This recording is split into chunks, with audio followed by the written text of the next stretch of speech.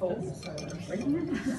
right, so let's start with a short passage of the book Collapse, Henry Crown Paying the Price. The black cab screeched to a halt, but Henry did not notice. Nor did he, as he stepped out into the road, remark upon the cabby opening his window, shouting insults and gesturing in an unequivocal fashion. Henry was going back to the bank. No traffic lights, men in suits or uniforms would stand in his way. His mouth was dry. The blood pumped in his ears. His security card had not left his wallet. It had probably been deactivated by now, but he knew most of the security guards by name. He might find a way. No, he would find a way. Henry was rehearsing what he would say if the card didn't work. He saw himself going up the flights of escalators and launching into Ted's office. The concern for his team had vanished when the news they were no longer his came along. They should have put up a fight for him, and they had not. Still, a pang of pain hit him, and he clenched his fist. It was Ted he now wanted to see. The little shit had taken his job away, he who called himself a friend.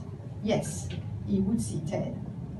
Henry could already savor the pleasure of savaging him, this nobody, this coward. Henry would grind him to nothingness, a worm beneath the sole of his shoe, less. The side of his office building was now visible, an 18th century edifice, only the facade of which had been preserved. Henry fetched his wallet and checked his hand. It was no longer bleeding. He took his security card out. The face in the photograph was smug and slightly heavier. He had had the good idea of wearing a suit to visit Pritchard QC, and was carrying a small black satchel for paperwork. He looked at his watch, 16:42. He could have been coming back from a meeting. The timing was good. The early morning security team would be eagerly waiting for the next shift to come in. They started work at 6 a.m. Despite all his mental calculations since he had left the cafe, Henry felt nervous as he strode along the large bay windows of Jill's front atrium. He was annoyed by this lack of control. He replaced the security pass in his wallet and stuck his wallet in his back pocket. He started composing himself, trying to look casual yet absorbed by the task at hand.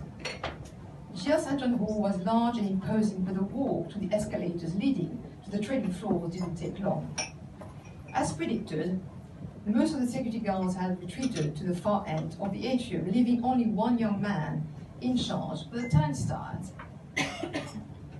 Henry recognized him instantly. He had started his job only a couple of months ago. He was keen but impressionable.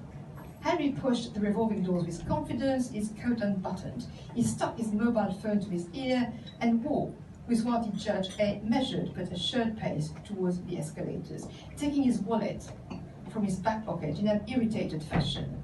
The phone got stuck between ear and shoulder as Henry tried to get his pass out of the wallet, pushing, shoving as if the card was stuck, and with a sudden move, the card sprang out, flying over the turnstile to land on the other side. Henry looked annoyed, muttering his apologies, now curtailing the non-existent conversation on his mobile to give his full attention to the young guy.